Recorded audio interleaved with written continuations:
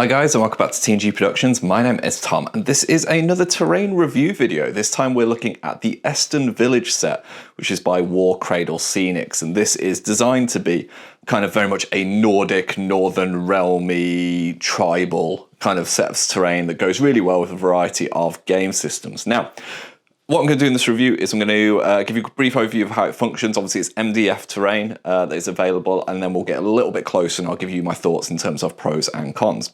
What I've done is I've scattered across the board a variety of miniatures. It's designed to work with kind of 28 to 32 mil scale. So you've got some Lord of the Rings miniatures that are over on this side of the board, and then we've got some things like the Elder Scrolls game, and obviously we've got some Age of Sigmar here. But as you can see, scale-wise, it's really, really good. Now, this set, essentially, as it might seem, is a full village. I've got it on a 3x3 mat here, and you get everything you can see on here, bar, obviously, the trees and the little bit of river. And there's even one building that I haven't featured, which is the Tavern. And the reason for that is this is an early access set, and Warcradle actually got in contact to say that the Tavern's actually been retooled. They've done a little bit of a design change, and they've resent out another copy of that. So if that changes the review at all, I'll put something in the comments or in the description. But to be fair, I don't think it's really going to change my opinion on this set. So what you can see in the image, you have got a sawmill, which has got a lovely little water wheel. We've got a dwelling, which is just like a normal house here, which we'll have a look at in a second. We've got a blacksmithy. We've got a church slash chapel, which has like this Yggdrasil kind of pattern on it. And we've got a guard tower. And then we've got some market stalls that you can see dotted around. The materials that it comes in, as I said, are MDF. They come in a pack like this. This is the Tavern that has yet to be put together because I need the new one. And it's all been laser cut for you to kind of remove relatively easily. There's a variety of ways you can put it together. You can use PVA, you can use quick dry and wood glue. You can even use super glue in places. I have used, just in case you want it for reference, just some of this kind of on-brand market wood glue. But yeah, it goes together really, really well. So what we're going to do is we're going to go a little bit closer and I'll talk you through my thoughts on each specific piece. And here we are then a little closer to the action. So what I'm going to do is I'm going to talk through some general features of building this terrain, areas that I really liked, areas that I thought were a little bit more challenging, and then we'll round this off with a quick kind of like, summary. So first building I want to talk about is the first one that I actually put together, which is this dwelling here. And this is a really good example of kind of the real strengths of this design that they've put in. So first things worth saying, every single building has a removable roof. Now for some of them, like the blacksmithy, I've just glued them down because I tend to use them as solid blocks. But if you're playing something that involves going inside buildings, maybe you're playing Rangers of Shadow Deep, or you're using this for D&D or something like that, there's some great options. And some of them have got multi-floors, like every floor of the tower you can remove. And my favorite one, if I can just remove this roof here, the church even has multi-layers, hopefully you'll be able to see that there, that you can access and kind of play in, and these balconies come off as well. They're all removable. So I think that's really nice as an opportunity to use this for like, very varied campaigns and missions, and having them as indoor spaces and outdoor spaces.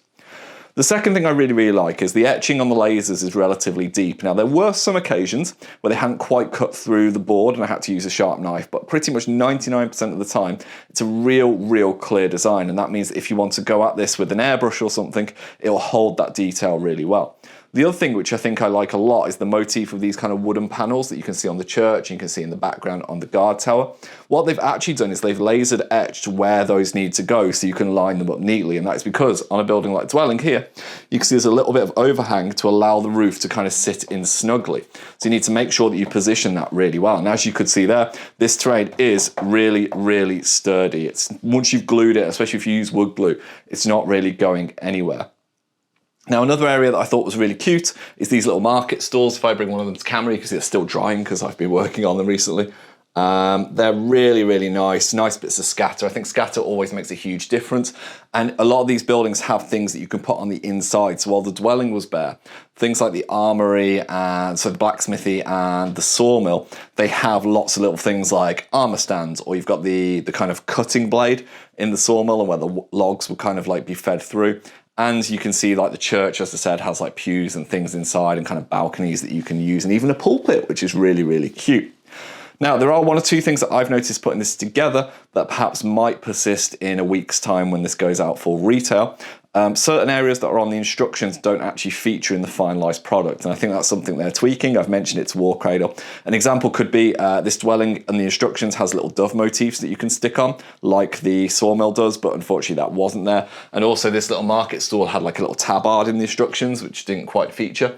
But But it's nothing major. I actually prefer them without. And actually, if you look at any of the retail pictures, that is exactly what you get. So the retail pictures are accurate. I think it's just the instructions of early designs they wanted to tweak. The benches are adorable. I wish I had like 20 of these benches. They would be fantastic. The other thing I thought that was a little bit tricky is some of these areas that have very, very thin parts. So such as the church's front here, such as the ramp that leads into the guard tower, and also some of the bits of scatter. It can be very, very easy to accidentally snap this MDF, and that's not really a Warcradle issue. That's just if you're buying this, you need to be quite careful and make sure that you've got a lot of time and a lot of patience. The other general thing, as you can probably see on my fingers here, is you have the issue of the scorch marks that goes on the MDF, so constantly washing your hands to make sure you're not putting fingerprints on stuff is also a big deal. Now, there's only one thing that I particularly wasn't keen on when building this, and this was largely the way the roofs worked. And I think it's just an inherent evil of having such a old-fashioned Nordic design, which you kind of have to have these kind of slatted roofs. The armory, the blacksmithy, piece of cake, you can see these just slot in really well. But the dwelling, for example, has each of these being an individual piece, and the problem with this building in particular is you have to line up these two side pieces and then put these on individually. Once you've got 3 or 4, piece of cake, because it's actually holding its own strength. But when you're trying to put the first 1 or 2 on, it's a nightmare because it's kind of very hard to stabilize. So what I did, I used a little bit of super glue to try and give me some initial hold, and then kind of washed in a watered down wood glue. The other thing that I did is I got some paint pots, put some blue tack at the end, and kind of stood these 2 sticks on them to try and give it some level of rigidity as I was putting these on. But once it came in, it was all good. Likewise with the church, you can see the roof on this is actually quite complex. So you have flat boards here, and then you've got what is essentially one piece of MDF that has got kind of like lots of laser cuts in like an S shape on it, which allows you to kind of get this bend. But it's very easy to accidentally kind of snip or do any damage there. So just be aware of that.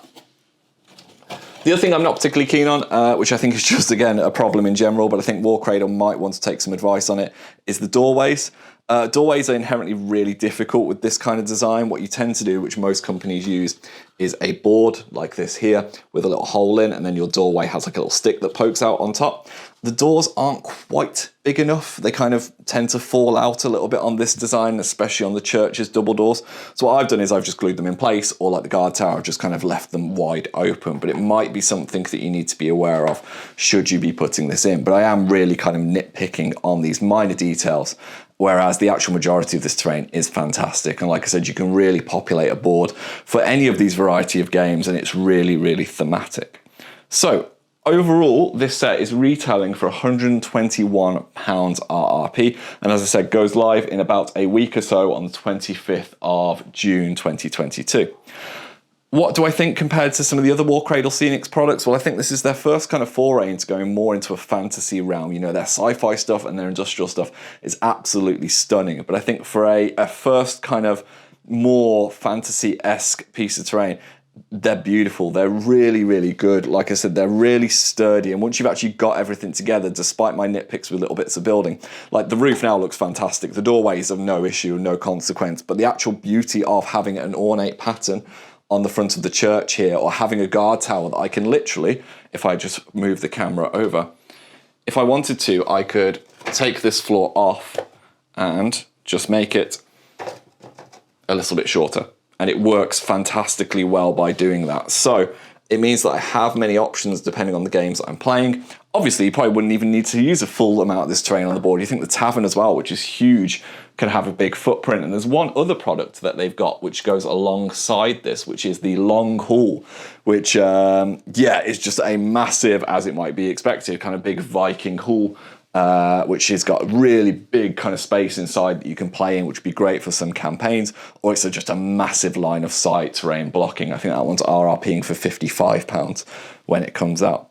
So what am I going to be using this for? Well, as you can see, Elder Scrolls is perfectly suited for this. If you play Age of Sigmar or any kind of fantasy games, it'd be great. Northern Realms in Kings of War would be fantastic as well. But for me, it's another excuse to use, you know, the Dunlendings and the Rohirrim. So we're going to be getting some games in with this later on today. But if you've got any particular questions you want to ask about this set, guys, just let me know in the comments section below. And a massive thank you for Warcradle for sending this out. I think it's a really, really strong set to go alongside what is actually a fantastic array of terrain. You know, I constantly have the other sets in my shopping basket because they're really well priced and they're really beautiful. But I just need to find places to actually store this stuff now. But no, a big thank you for you guys for watching, and I hope you've enjoyed it. And like I said, I'll see you in the next one. Well, a massive thank you for watching that video, guys. Really hope you enjoyed it. If you want to find some more, they should be over here. And if you want to support the channel and the content that we create here, there's links to our Patreon and merchandise in the description below. Take care.